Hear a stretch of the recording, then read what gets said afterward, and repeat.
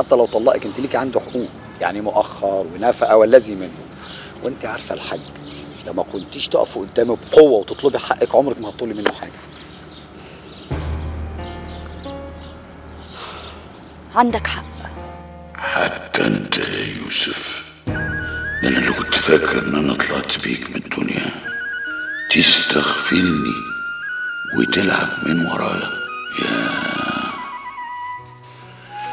يظهر ان لؤى كان عندها حق اما قالت انهم كلهم طماعين وملمومين حواليا عشان فلوسي وبس. طب والعمل ايه يا سيد يا دقاق؟ مفيش بقى غير ان احنا نخفي الفلوس من وشهم زي ما لؤى قالت. مفيش حل تاني. السلام عليكم. طب والله العظيم السفرية ما ليها طعم من غيرك. والله العظيم وحشتني يا حاج، وحشتني جدا. السفرية كأنها والله كانت مسخة يعني. إن جيت للحق. يا حاج، انت مش هتقول لي الحمد لله على سلامتي ولا حاجة؟ ملوش لازمة الكلام دلوقتي يا يوسف.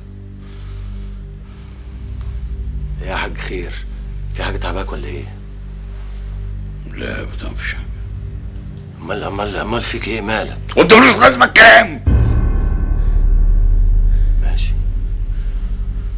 ماشي يا حاج، ماشي. طيب ماشي. طب سلام عليكم يا حاج، السلام عليكم.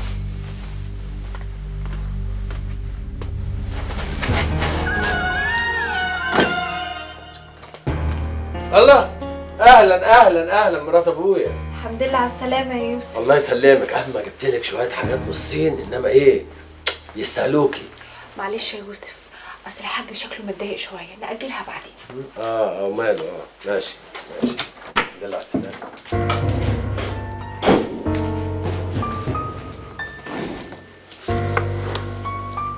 جالك كلام يا حبيبي؟ عرفت ان كل واحد فيهم ما بيفكرش غير في مصلحته وبس.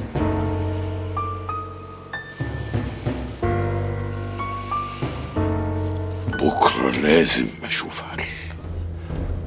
الراجل ده اللي جراله ماله متغير من ناحيتي كده زي ما يكون عارف حاجة. لا أكيد لا. طب إيه المقابلة اللي هو قابلها لي دي؟ مفيش غيرها العقربة اللي اسمها لقاء. طب الحل إيه بقى مع الست دي؟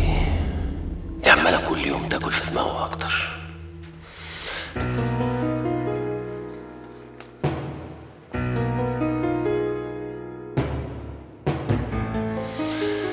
ماشي، سهلة أوي. هوقفك عند حدك يا لقاء. معرفش انت مستعجل على النزول بدري كده ليه؟ مستعجل ايه بس؟ ما عادش في وقت نضيعه. لازم اعلم الكلاب دول الادب. عشان كده انا لازم اروح دلوقتي للمحامي. طب وانت ضامن تلاقيه دلوقتي كده بدري؟ انا كلمته وصحيته وقلت له يسبقنا ويفتح المكتب ويستنانا. سيد، هو انا جايه معاك؟ اكيد يا حبيبتي. انا من هنا ورايح لا يمكن اعمل حاجه من غيرك. انت اللي فتحت عينيا على الحاجات اللي بيعملوها الكلاب دول.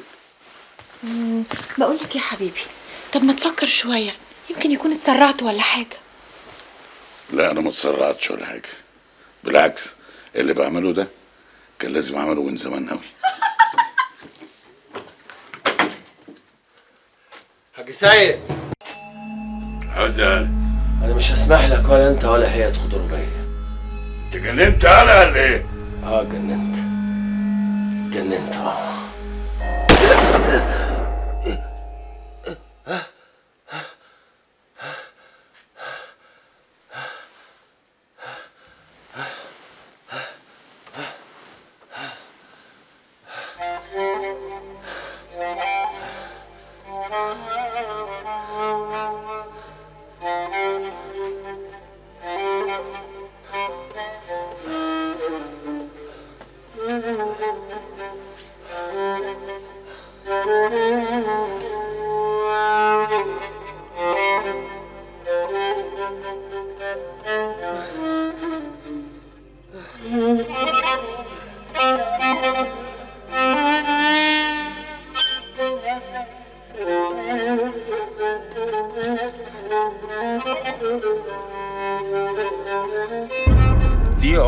التنازل بكافة ممتلكاتك لصالح مدام لقاء بتاريخ الأسبوع اللي فات. طب ممكن متر ابص بصه بعد اذنك؟ زي ما تحب يا حاج. ودي أوراق الضد، عبارة عن شيكات بكافة الممتلكات اللي تنازلك بيها يا حاج. اتفضلي. دي كلها شكليات يا متر، كل حاجة إن شاء الله هترجع زي ما كانت بعد شهر ولا 2. ايوه، ما انا مفاهم المتر كل حاجه. طيب امضي بقى يا حبيبي.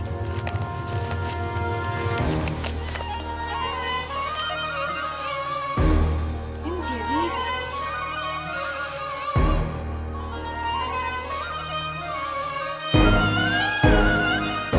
امضي بقى.